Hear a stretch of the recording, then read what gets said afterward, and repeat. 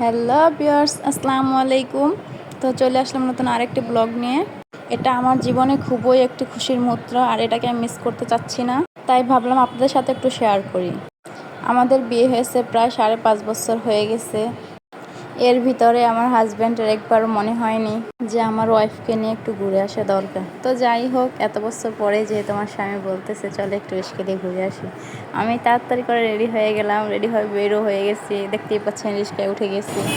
কি পরিমাণ খুশি হয়েছি আমি আপনাদের বলে বোঝাতে পারবো না। আসলে খুবই একটা খুশির মুহূর্ত ছিল আমার জন্য। তো দেখতেই পাচ্ছেন আমরা শহীদ মিনারের কাছাকাছি এসে পড়েছি। আমরা এখানে নেমে যাব, শহীদ মিনারটা ঘুরে দেখবো। আসলে আমরা মেয়েরা অত বেশি কিছু চাই না, টাকা পয়সা সোনাগোনা কিছুই চাই না, শুধু চাই একটু স্বামীর ভালোবাসা। তো একটু মাঝে মাঝে স্বামী একটু ঘোরাবে নিয়ে, এগুলাই চাই, আর কিছু না।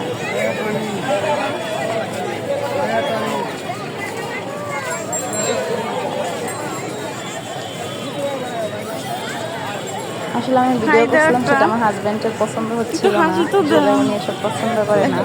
তারপরে একটু মাঝে মাঝে টুকটাক করলাম আপনাদের সাথে শেয়ার করার জন্য।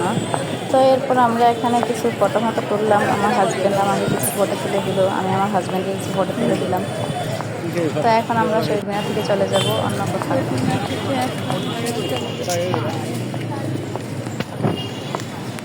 তো গিয়েছিলাম টিএসসির ওদিকে যাওয়ার পরে দেখি বন্যায় প্লাবিত মানুষের জন্য ত্রাণ দিচ্ছে অনেক লোক।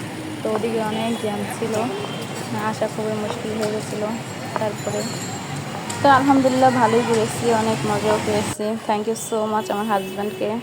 সকল হাজব্যান্ডের কাছে একটি রিকোয়েস্ট থাকলো, একটু চাকরি বাকরি করেন তা ঠিক আছে, নিজের স্ত্রীকে একটু সময় দিবেন, ইনশাল্লাহ উনি অনেক খুশি হবেন।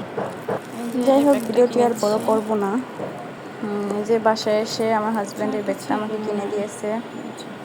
তো কেমন হয়েছে? তো অবশ্যই আমার ভিডিওটা যদি ভালো লাগে থাকে অবশ্যই লাইক কমেন্ট শেয়ার করবেন এবং চ্যানেলটি সাবস্ক্রাইব করবেন, আর আমাদের জন্য দোয়া করবেন। আল্লাহ হাফেজ।